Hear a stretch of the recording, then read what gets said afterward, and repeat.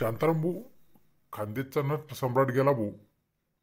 ती जागा काही कोणी भरून काढणार नाही. तो माणूस आपल्यातून गेला असं वाटतच नाही अजून पण. अरे नामाप्पांचा स्वभाव म्हणजे लय मनमिळावू स्वभाव होता त्या माणसाचा. आयुष्यात कधीच कोणाला दुखवलं नाही, कुठल्या कलावंताशी तो भांडला नाही किंवा कोणाला असं नाराज नाही केलं त्या माणसानं. आणि अभिनयाचा तो भाष्य होता.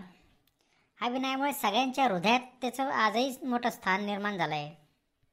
हे काय सांगतोय शांताराम भाऊ तू? त्या देवमाणसाची कथा माया तोंडून ऐकतो आता. माया संजूले 12 वर्षानंतर पोरगा झालता.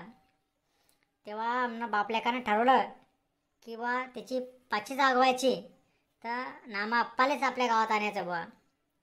पण पैशाचा मोठा प्रॉब्लेम होता. 15,000च्या वर आमच्या 15 कवड्या बी नाही होत्या. पण म्हटलं एक शब्द हा नामा आप्पाला विचारून तर पाहू. आला तर बरं, नाही तर बारुडं ठेवून देऊ असं ठरवून टाकलं बुवा आमनं. पण गेलो आप्पाला म्हटलं, आप्पा तुमचा कार्यक्रम ठेवायची लई इच्छा आहे, पण तुमचं मानधन आमच्याकडून देवणार नाही. नामा आप्पा बोलला, तुमच्याकडे किती म्हणे. मीने सांगलं नामा आप्पाला की माझ्याकडे 15 रुपयाच्या वरी 15 कवड्या बी नाही. नामा आप्पा म्हणे, तुला मनापासून कार्यक्रम ठेवायचा आहे म्हणे तुमच्या गावात. नामा आप्पा तू यासाठी आला म्हणे, जाय म्हणे बिंदास. त्याच दिवशी भाऊले 5,000 दिले.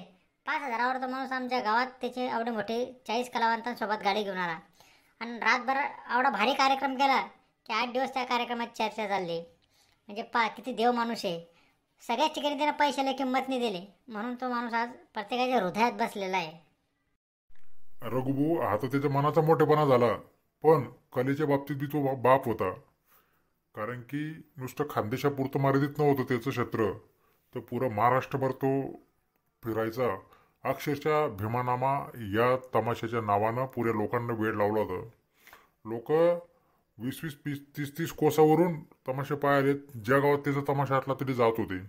आणि नामा आप्पाचं वगनाट्य म्हणजे अंगावर काटा आणणारं वगनाट्य होतं. ती बुऱ्या अलवई असेल किंवा आणखी एक बाई तिघांची घाई हे असेल किंवा कोपर्डे हत्याकांड असेल, हे आजही वगनाट्य माझ्या काळजात कोरले गेलेले. एवढी जादू त्या नटसम्राटामध्ये होती, काय सांगावं तुले.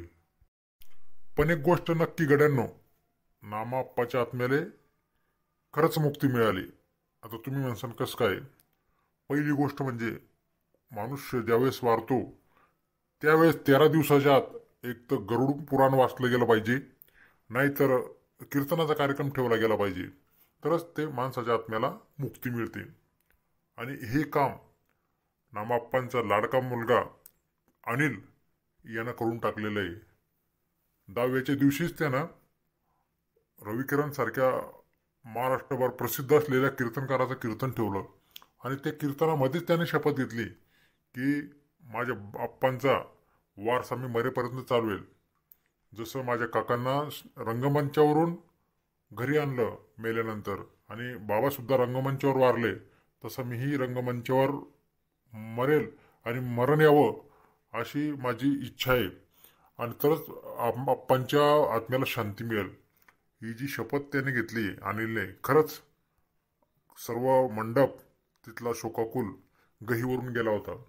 आणि हे ज्यावेळेस नामा आप्पावरतून ऐकत असतील त्यावेळेस त्यांच्या डोळ्यातून सुद्धा अश्रू आले असतील की खरंच आज मी अनिलवर जे संस्कार टाकले किंवा बिकट परिस्थितीतून सुद्धा तमाशाला नावारूपास आणलं, आज तो तमाशा लयास जाऊ नये किंवा तो कुठंतरी थांबू नये म्हणून माझ्या मुलाने जी शपथ घेतली ती शपथ ऐकून त्याच्या आत्म्याला खरी शांती मिळाली.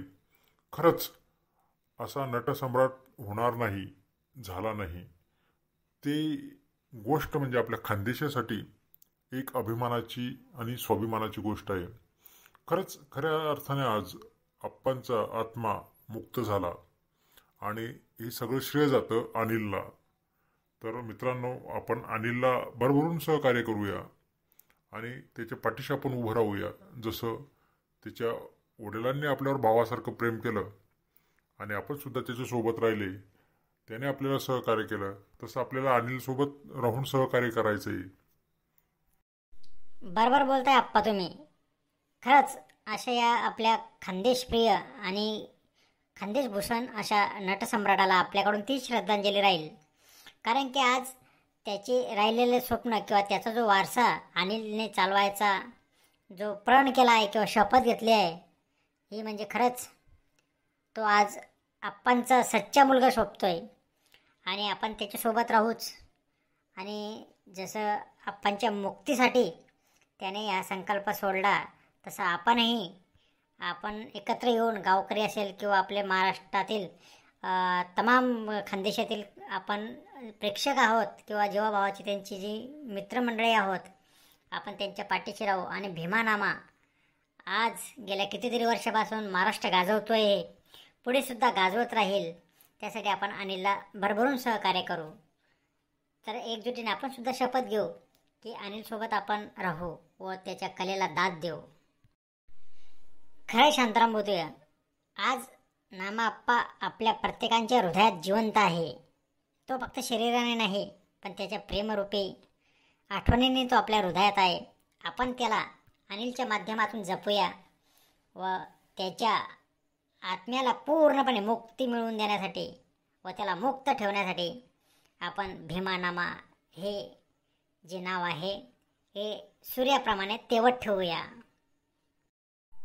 मी बी सोबत आहे रे भाऊ तुमच्या. जरी माया गौऱ्या मासंटीत गेल्या पण माया जीवात जीव आहे. तोपर्यंत मी तुमच्या सोबत आहे आणि खानदेश पुत्राच्या सेवेसाठी मी पण तत्पर आहे. तो वरून पाहिल्यानंतर त्याला सुद्धा समाधान वाटलं पाहिजे की आजही लोक माझ्या कलेवर, माझ्या तमाशावर व माझ्या मुलावर निस्सीम प्रेम करत आहे. हे पाहून त्याच्या आत्म्याला आणखीनच समाधान वाटेल. त्याकरता मी सुद्धा तुमच्या सोबत आहे. चला तर मग शपथ घेऊन आपण भीमानामा हे नाव तेवत ठेवूया.